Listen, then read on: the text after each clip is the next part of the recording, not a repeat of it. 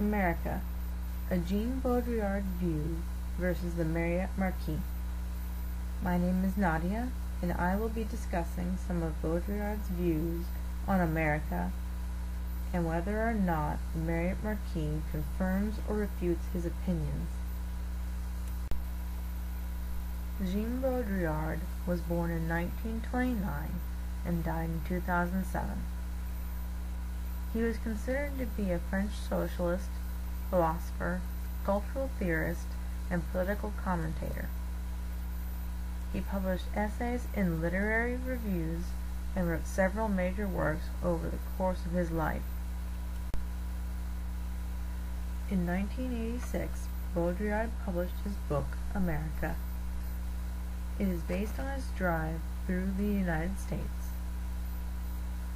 He talks about his stunned impressions, the reality of American social life, and tries to give comprehension to the analysis of the American phenomenon. Baudrillard writes that some people say the streets are alive in Europe but dead in America. They are wrong. Nothing could be more intense, electrifying, turbulent, and vitriol than the streets in New York. They are filled with crowds, bustle, and advertisements, each by turns aggressive or casual. There are millions of people in the streets, wandering carefree, violent, as if they had nothing better to do, and doubtless they had nothing else to do than produce the permanent scenario of the city. There is music everywhere, the activity is intense, relatively violent, and silent.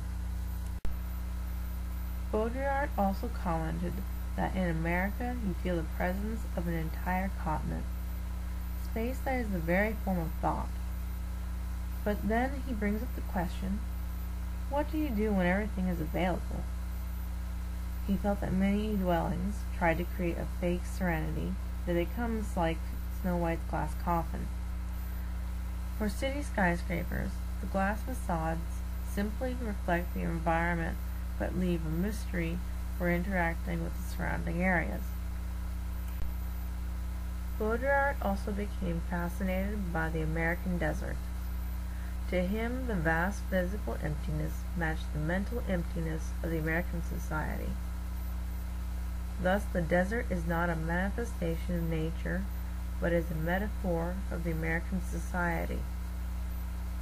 It is arresting to have the absence of architecture in the cities, and the absence of emotion and character. There is no hierarchical ordering, just the power of pure open space, the fascination of dryness and sterility. The Marriott Marquis is located in New York City on 47th Street and Broadway. It was designed by John Portman and opened to the public in 1985. It encompasses a full city block and almost claims a status of self-sufficiency, containing convention halls, fitness center, underground parking lot, a full Broadway theater, and almost 2,000 guest rooms spread out over 35 levels, a 37-story central atrium, and 5 signature restaurants with one on the highest point of the building, and that level makes a full 360-degree revolution in an hour. The View claims the title of being the only restaurant in New York City that revolves. From this height, the city literally sparkles and appears falsely serene. The ride up to the top literally separates you from the everyday life of the city back on Earth. Coming back down leaves you with an uneasy feeling, partly because you do not want the special treatment to end, but mainly it's the sheer height and the mesmerizing sight of floors going by. It reminds you of your mortality as you descend back to reality.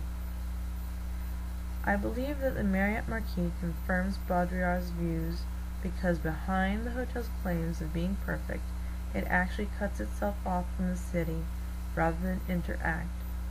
It gives a restrictive view on the city onto a controlled and strategic site. It is a distortion of reality and how society really functions.